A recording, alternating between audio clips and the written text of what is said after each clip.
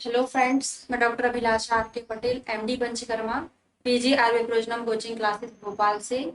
अभी तक हमने पारिक के 10 पेज पढ़ लिए हैं। आज हमारा 11th पेज है, 11th लेक्चर है। आज हम पढ़ेंगे यहाँ से ओष्ठ रोग कंप्लीट। अगर आपको देखना है, इसके पहले मैंने आपको फर्स्ट वीडियो यूट्यूब पर अपलोड किया था। बाकी के जो वीडियो हैं वो हमारे खुद के पर्सनल ऐप पीजी आयुर्वेद जो कि आप प्ले स्टोर पर जाकर डाउनलोड कर सकते हैं। स्टोर पर सारा पारिक 80 पेजेस का कंपाइलेशन सारे वीडियो वहां पर अवेलेबल हैं। अभी तक के 10 वीडियो, आज हमारा 11th है। तो स्टार्ट करेंगे हम। कुष्ठ रोग सुश्रुत के 8 होते हैं, बागवट के 11 होते हैं। सुश्रुत के 8 सेम टू सेम वैसे ही रहेगा। एक्स्ट्रा कौन कौन से हैं? खंडोष्ठ, ओष्ठार्बुद और जलार्बुद। इसमें हम एक कोड याद करेंगे, खा ओज। ओज को किसी ने खा लिया, खा ओज। खा से हो जाएगा खंडोष्ठ, ओ से हो जाएगा ओष्ठार्बुद, जल से हो जाए जा से हो जाएगा जलार्बुद। अब यहाँ पर दोष भी पूछा जाता है, तो दोनों के दोनों में खंडोष्ठ में वात दोष होता है बागवट का, ओष्ठार्बुद में वात दोष होता है, जलार्बुद में होता है वात कफ। तो देखो अभी क्या पॉल्यूशन बहुत ज्यादा बढ़ रहा है, तो जल बहुत खराब होते जा रहा है ना। दिन ब दिन जल बहुत खराब होते जा रहा है, बहुत सारी इम्प्योरिटीज उसमें आ गई है। तो बहुत खराब, बहुत मतलब बात याद करते हैं हम, खराब मतलब कफ याद करते हैं। ठीक। गर्भिणी को यवागु देने का विधान तो चरक जी ने 8वें महीने में दिया है, सुश्रुत जी ने 6वें महीने में दिया है। इसको हम याद कैसे करेंगे? पहले हम चरक संहिता पढ़ते हैं, फिर सुश्रुत संहिता पढ़ते हैं, या फिर चरक का काल पहले का है, सुश्रुत का बाद का है। तो चरक सुश्रुत 86 यवागु 8 6। अब इसको इकट्ठा लिख लेते हैं, 86 यवागु।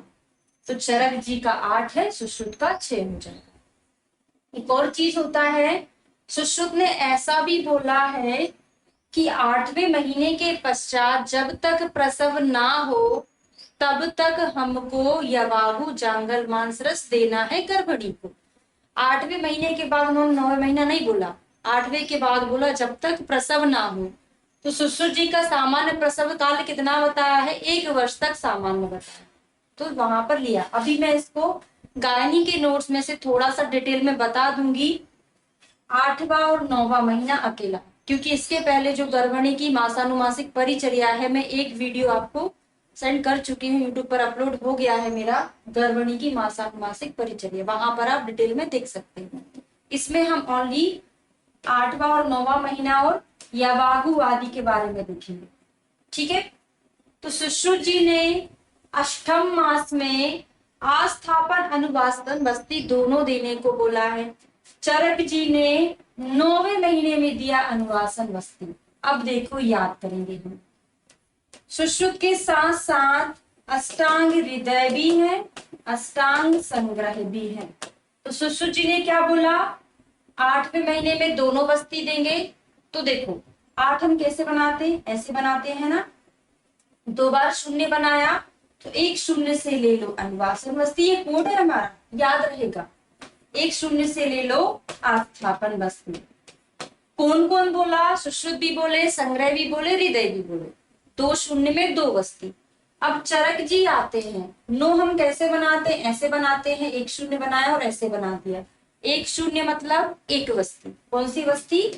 अनुवासन बस्ती। ये तो हो गया चरक जी का, सुश्रुत जी का। थोड़ा सा मैं इसको आपको नोट से भी पढ़ा देती हूँ, क्योंकि यहाँ से क्वेश्चन बहुत ज्यादा पूछा जाता है।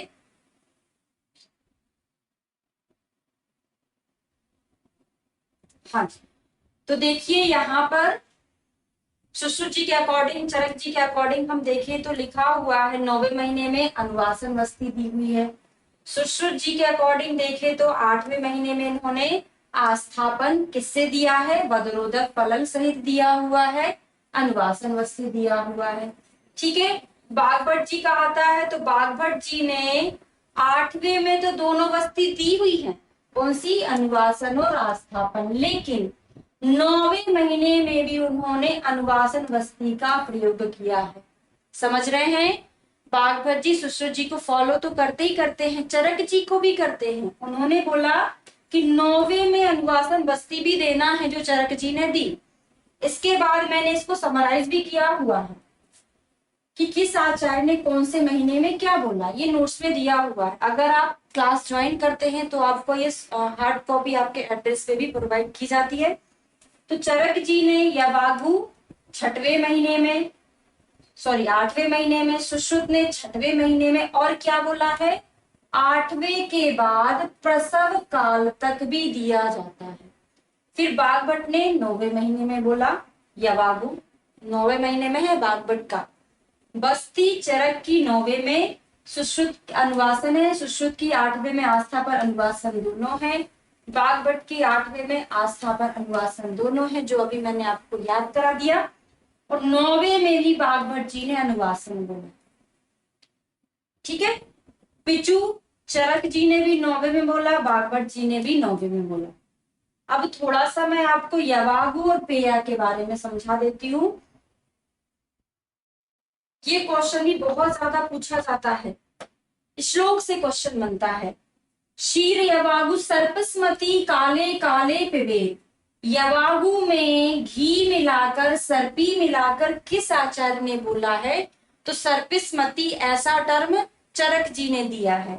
तो 8वें महीने में हमने 86 तो याद कर लिया था, लेकिन यवागु किसके साथ दे रहे हैं? सर्पिस्मति, सर्पी के साथ मिलाकर देना चाहिए।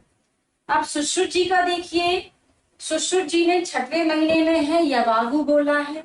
उसके बाद इसने यवागु से जांगल रसों से प्रसव काल तक चिकित्सा करना चाहिए, ये मैंने आपको अभी बता दिया। बागभट जी का आता है, उन्होंने 8वें महीने में क्या बोला? क्षीर पेयासा घृता। ध्यान दीजिएगा, 8वें महीने में यवागु नहीं बोला। 8वें महीने में यवागु तो किसने बोला? चरक ने, वो भी सर्पी के साथ।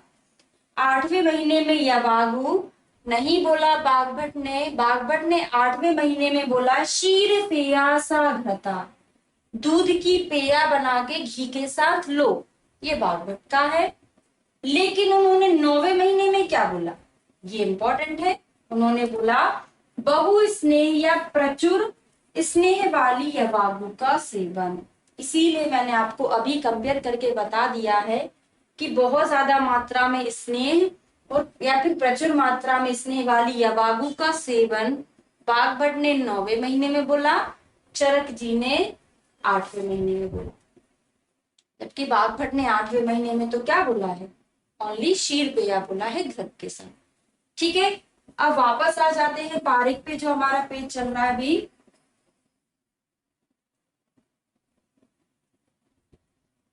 तो ये हमारा कंप्लीट हो गया है। नेक्स्ट आता है प्रसूतागार में स्त्रियों की संख्या कितनी होनी चाहिए? तो सुश्रुत जी ने 4 बोला, लिमिटेड बोला। सर्जरी वाले थे, ज्यादा डर नहीं था उनको, 4 में काम चल जाएगा। लेकिन चरक जी ने अनेक स्त्रियां को बोला है, अनेक स्त्रियां होनी चाहिए वहां पे प्रसूतागार में। आगे आ जाते हैं विष का वर्णन। तो चरक जी ने चिकित्सा स्थान के 23 चैप्टर जो विष चिकित्सा है, विष का वर्णन किया हुआ है। 22 पिपासा है, फिर 24 मदाते है ना, 23 में विष का वर्णन किया। सुश्रुत जी ने कल्प स्थान, तो कल्प स्थान सभी लोग पढ़ते हैं, अगर तंत्र में हम पूरा पढ़ते हैं 1 से लेके 8 तक जो चैप्टर है पूरा विष का वर्णन है। भाव प्रकाश ने चिकित्सा स्थान में किया है, और किस में किया है? 67वें चैप्टर, 67वें चैप्टर में किया हुआ है। काश्यप ने सर्व विष प्रतिपादक अध्याय में इसका वर्णन किया है। अकेला चैप्टर का नाम याद रखें। अब हम आ जाते हैं अष्टांग हृदय और अष्टांग संग्रह पर। तो अष्टांग हृदय ने कहाँ पर किया है? उत्तर तंत्र में किया है। अष्टांग संग्रह ने टोटल 9 चैप्टर किए हैं। अष्टांग हृदय ने टोटल 4 चैप्टर किए हैं। अब इनका हम याद करेंगे तो पहले हम पीछे वाली डिजिट याद करेंगे। उत्तर तंत्र के 48 में, 38 में। अब 48 से पीछे पीछे तक काउंट करोगे, जहां तक 9 आ जाएगा स्टॉप हो जाना। 38 से पीछे पीछे काउंट करोगे, जहां पर 4 चैप्टर हो जाएगा कंप्लीट हो जाएगा, स्टॉप हो जाना। ठीक है, तो लिखते हैं 40 से 48, 35 से 38, 40 से 48 में 9 चैप्टर हो गया, 35 से 38 में 4 चैप्टर हो गया। तो याद करने का एक हमारा तरीका होता है, पीछे की डिजिट हमको याद रहती है अच्छे से, 48 38। आपने ये याद कर लिया, टोटल 9 टोटल 4, तो आप पीछे काउंट करोगे तो आसानी से याद भी हो जाएगा। ठीक है, आगे बढ़ते हैं। उपविष्ट की संख्या तो मैं आपको यहाँ से याद नहीं कराऊंगी, यहाँ पे कुछ कुछ गलत चीजें दिया हुआ है, मैं आपको अलग से याद कराऊंगी। तो पहले आप लिखिए रस रत्न समुच्चय, रस तरंगिणी और शारंगधर। पहले हम लिखेंगे उपविष्ट, फिर लिखेंगे विष। तो चलिए स्टार्ट करते हैं। तो पहले उपविष्ट नहीं, पहले हम विष लिखेंगे, उसके बाद उपविष्ट, क्योंकि विष की संख्या कम है। ठीक है, तो रस समुच्चय इतना बड़ा नाम है, छोटे से शुरुआत किए हैं, ऐसे ही याद होता है। रस तरंगिणी छोटा है, बड़े से शुरुआत की। रस रस समुच्चय ने शुरुआत कर दी, 5 विष है, 7 उपविष है। तो 5 7, देखो ऑड नंबर आ रहा है, विषम संख्या आ रही, 5 के बाद 6 नहीं है, 7 है। तो 5 7, रस तरंगिणी का बड़े से शुरुआत है, 7 के बाद 8 नहीं है, 9 आ गया। तो 9 11, तो विष 9 हो गया, उपविष 11 हो गया। शारंगधर ने थोड़ा सा उल्टा कर दिया।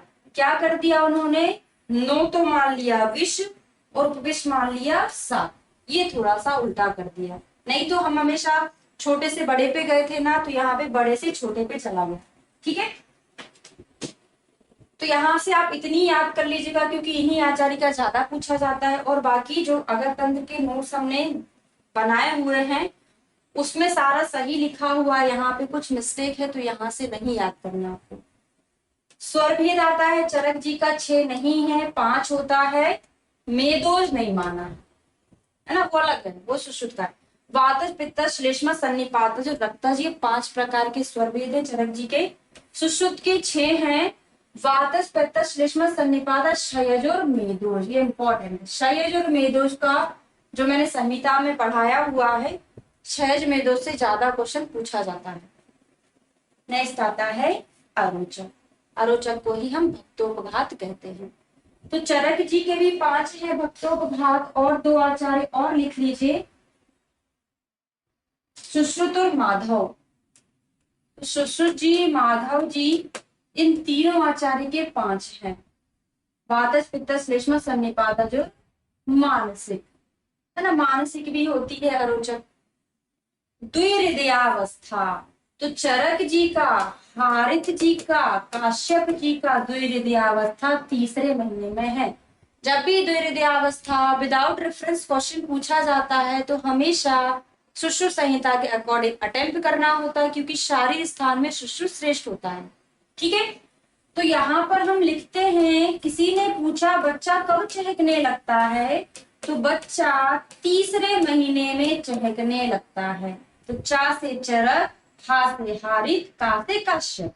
चरक हारित काश्यप ने तीसरा महीना बोला द्विहृदया के लिए, हमने चहक से याद कर लिया। सुश्रुत का चौथा महीना होता है।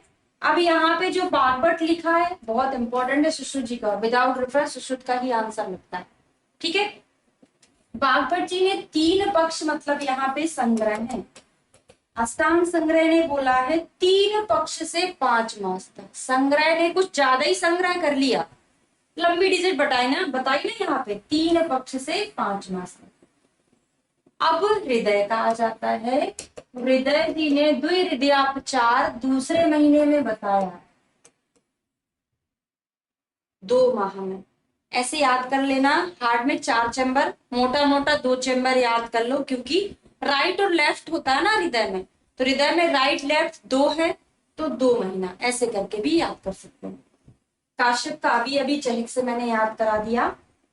गर्भनाल छेदन किससे करते हैं, पहला क्वेश्चन, अर्धधार नामक शस्त्र से किया जाता है। कहां पर करते हैं, दूसरा क्वेश्चन। तो चरक सुश्रुत साथ में, पहले चरक फिर सुश्रुत फिर बागवट पढ़ते हैं। चरक सुश्रुत साथ में पढ़ते हैं, पहले चरक सुश्रुत, तो उन्होंने दोनों ने साथ में 8 अंगुल बता दिया। बागभट जी ने 4 अंगुल पर बोला है। ठीक है, नेक्स्ट आता है अन्नप्राशन संस्कार। अन्नप्राशन काल किस आचार्य ने कौन सा महीना बोला है, बहुत इंपॉर्टेंट है। बागभट जी ने 6वां महीना, काश्यप ने 10वां महीना। देखो, बच्चों के बारे में नॉलेज किसको ज्यादा होगा, जो बच्चों के डॉक्टर हैं, कौन है, काश्यप। तो काश्यप ने बोला कि बच्चा 6 महीने में खाना ही नहीं खाता, तो 10वें महीने में खिलाओ ना। तो एक्चुअल में काल तो काश्यप ने बोला है, जबकि 6वें महीने में इन्होंने बोल दिया काश्यप ने कि फल प्राशन करा दो।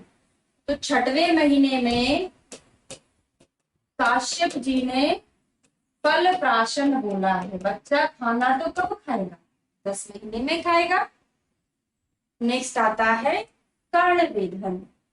कर्ण का वेधन कब करना, 6वें 7वें मास में शुक्ल पक्ष में करना है। और 2 आचार्य और होते हैं, चरक और काश्यप। इन दोनों ने, तीनों ने 6वें 7वें मास में बोला। बागभट जी ने 6वें 7वें 8वें मास में शिशिर आगम पर बोला है, शिशिर ऋतु में बोला है, 6 7 8। और बाकी और आचार आते हैं जो कि हम आपको डिटेल में सब्जेक्ट में पढ़ाते हैं, कौन कौन से और आचार्य हैं। कात्यायन हो गए, धर्मशास्त्र हो गए, वो आप सब्जेक्ट में पढ़ते हैं। तो हमारा 11 पेज कंप्लीट हो गया है। नेक्स्ट 12 पेज पढ़ेंगे। Thank you.